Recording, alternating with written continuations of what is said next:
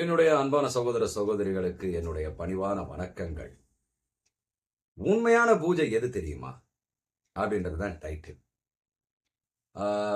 கிருபானந்த வாரியார் சொல்லியிருப்பாரு, உண்மையான பூஜை என்பது அடுத்தவருக்கு நாம் செய்யும் உதவின்னு. எங்கடா நானே கஷ்டப்பட்டு இருக்கேன், இதுல அடுத்தவனுக்கு என்னடா உதவி செய்யணும்னா அது கிடையாது. நாம் நமக்கு தகுந்தாற் போல் மற்றவருக்கு உதவி செய்ய வேண்டும். நமக்கு தகுந்தாற் போல்னா என்னங்க? ஒருத்தர் ஒரு பிரச்சனையில இருக்காரு, நம்மளால முடிஞ்சா அவங்களுக்கு என்ன செய்யணுமோ, அவங்களுடைய பிரச்சனையை தீர்க்க என்ன வழி இருக்கோ அது பணமாகவும் கொடுக்கலாம், அட்வைஸாகவும் கொடுக்கலாம். அவனுடைய பிரச்சனையில நம்ம கொஞ்சம் பங்கு கொண்டோம்னு வச்சுக்கோங்களேன், அவனுக்கு ஒரு ஆறுதல் கொடுத்தோம்னு வச்சுக்கோங்களேன், அந்த புண்ணியம் நமக்கு சேர்றதா அவர் சொல்றாரு. சரி, இப்போ அதை பத்தின வீடியோ தான் நம்ம பார்க்க போறோம். முழுசா பாருங்க. புதுசா பார்க்குறவங்க சப்ஸ்கிரைப் பண்ணிக்கங்க. பிடிச்சிருந்தா லைக் பண்ணுங்க, கமெண்ட் பண்ணவும் மறந்துடாதீங்க.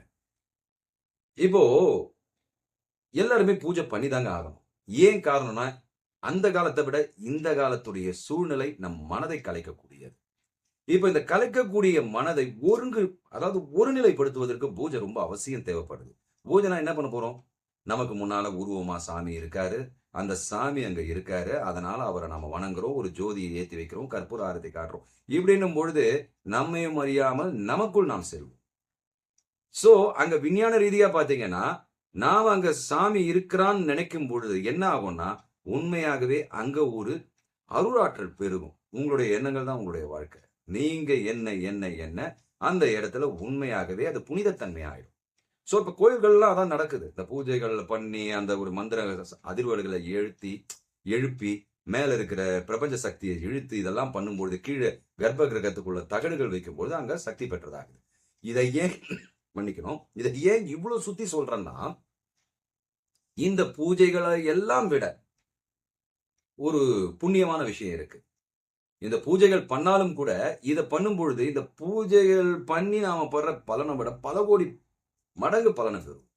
அது எப்படின்னா, இப்போ உதாரணத்துக்கு நம்ம ரோட்ல போயிட்டே இருக்கோம், ஒரு கல்லு ஒண்ணு இருக்குன்னு வச்சுக்கோங்களேன். ஐயோ, யாராவது ஒருத்தன் பைக்ல வரும்போது அதை இடிச்சிட போறானேன்னு சொல்லி அந்த கல்லை நகர்த்தி போடுறோம் பாருங்க, அது பெரும் உதவி. எத்தனையோ பேருக்கு நீங்க செய்யற உதவி. யாராவது இப்போ நம்ம ஒரு 6000 ரூபாய் ஜவுளி எடுக்கிறோம், தீபாவளிக்கோ பொங்கலுக்கோ, அதுல ஒரு போர்வை வாங்கி யாருக்காவது ஒருத்தர் கொடுக்கா, அது ஒரு உதவி. எல்லாமே உங்க கணக்குல சேரும். இப்போ நீங்க பாத்தீங்கன்னா, ஜோசியர்கிட்ட போனீங்கன்னா பரிகாரம் சொல்லுவாங்க. இந்த பரிகாரங்கள் கூட இதை பேஸ் பண்ணி தான் இருக்கும். நீங்க இந்த கோயிலுக்கு போங்க, அன்னதானம் பண்ணுங்க, இந்த மாதிரியான விஷயங்கள் ஆகும். இப்போ இந்த தானங்கள், அன்னதானங்கள் மற்றவங்களுக்கு உதவி செய்யும் போது என்ன நடக்கும் தெரியுமா? உங்களுக்குள்ள தன்னாலேயே ஒரு கருணை இருக்கும். இப்போ இது எல்லாமே உங்க மனதை, வெளியில உலகத்துல இருக்கிற மனதை கரைத்து உங்க உள்ளுக்குள்ள செலுத்துற விஞ்ஞான வழிமுறைகள் தான் பெரியவங்க நமக்கு வகுத்து கொடுத்தது. இப்ப நீங்க அந்த கருணை மனம் பண்ணும்பொழுது என்ன ஆகும்னா, உங்கள் மனம் கோபம், காமம் இதை எல்லாத்தையும் மீறி ஒரு விதமா மெல்ட் ஆக ஆரம்பிக்கும். இந்த மெல்ட் ஆகும் பொழுது உங்க உள்ளம், உங்க மனம் உங்களை அறியாமலேயே உங்கள் உள்ளுக்குள் செல்ல ஆரம்பிக்கும். என்னடா நான் எனக்குள்ள இல்லையா, வெளியே தான் இருக்கேன் நான், நீங்க கேட்டீங்கன்னா கேட்கறது எனக்கு புரியுது. ஆனா நம்ம வெளியே தான் இருக்கிறோம்.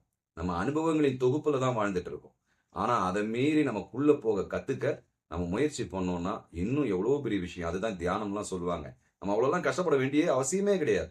மற்றவரிடத்தில், மற்ற ஜீவங்களிடத்தில் நாம் அன்பு பாராட்டும் பொழுது இதெல்லாம் தன்னாலேயே நடக்க ஆரம்பிக்கும். இப்போ கோயில்ன்ற விஷயம் நம்ம மனித உடம்பை பொறுத்து இருக்கு. அது போல நமக்கு சொல்லி கொடுத்திருக்காங்க. இந்த கோயிலுக்கு போகும்போது நம்மையும் அறியாமல் நம்ம நமக்குள்ள போவோன்ற ஒரு வழிமுறைகள் இருந்தாலும், இந்த அன்பும் கருணையும், அன்பே சிவம்னு சொல்ற விஷயம் மற்றவருக்கு நாம் கருணை காட்டும் பொழுது நமக்கு நாமளே கருணை பெற்றிருக்கிற மாதிரி தான். அதனால மற்றவங்களுக்கு உதவி பண்றது கடவுளுக்கு உதவி பண்ற மாதிரி. அதாவது கடவுளுடைய கருணையை பெற நமக்கு அது உதவி செய்யும். கடவுளுக்கு உதவுற மாதிரி நான் சொன்னது தவறு. கடவுளுக்கு உதவ வேண்டிய அவசியம் எல்லாம் நமக்கு எல்லாமே தரான். அதனால் நாம் மற்றவர்களுக்கு உதவும் போது அவனுடைய அருளை பெறுவோம். இன்னொரு விஷயம் பாத்தீங்கன்னா, நீங்க ஒருத்தனுக்கு பணம் கொடுக்குறீங்கன்னு நீங்க நினைக்க வேண்டிய அவசியமே இல்லை. காரணம் என்னன்னா, நீங்க அந்த தானத்தை பண்ணல. நீங்க அந்த தானத்தை பண்றதுக்கு காரணமா இருக்கிறதே உங்களுடைய கர்ம வினை தான். சோ இதையும் மீறி இப்ப நீங்க ஜோசியம் பார்க்கும்போது ஒரு பரிகாரம் சொல்லணும் போது நீங்க போய் உங்களையும் மீறி அன்னதானம் பண்ணாங்கன்னா உங்க கணக்குல அது இருக்காது. ஆனா நீங்க அந்த அன்னதானம் பெறும் பொழுது அந்த கணக்கும் உங்களுடைய கணக்குல ஏறி நீங்க செஞ்ச பாவ கணக்கு கம்மியாக ஆரம்பிக்கும். உதாரணத்துக்கு ஒரு பெரிய ஆக்சிடென்ட் நடந்து நம்ம ஏதோ ஒன்று இழக்க வேண்டி இருந்ததுன்னா அது சின்னதா கால் மேல அந்த டயர் ஏறி போற மாதிரி இருந்துரும். அவ்வளவுதான். தலைக்கு வந்தது தலைபாகையோட போகும். அதனால் பூஜைகளில் உயர்ந்த பூஜை எதுனா மற்றவர்களுக்கு ஏதாவது ஒரு விதத்தில் நம் தகுதிக்கேற்றாற் போல் உதவி செய்வதுதான். இந்த உதவின்றது பொருள் விஷயத்திலேயோ உங்க மன விஷயத்திலேயோ இல்லை, உங்கள் உணர்வு ரீதியான ஒரு விஷயத்தில் தாக்கத்தை ஏற்படுத்தும். அதுக்காக தான் பெரியவங்க அடுத்தவங்களுக்கு உதவி செய்வாங்க. இப்போ ஒரு ஜெயில் தண்டனையில ஒருத்தன் ஜெயில் தண்டனை பெற்றுட்டான்றதுக்கோசரம் அவனுக்கு இப்ப ஒரு தூக்குல போடும்போது கருணை மனுன்னு ஒண்ணு இருக்கு பாத்தீங்களா? அதே போலதான் இந்த கருணை மனு தான் மத்தவங்களுக்கு உதவி செய்யுது. நம்மளுடைய கர்ம வினையை அது ரொம்ப கம்மியாக்கும். அதனால மற்றவர்களுக்கு உதவி செய்து நம் கர்ம வினையை கம்மி செஞ்சுக்கிட்டு நாம சந்தோஷமா வாழ்வோம். நன்றி, வணக்கம்.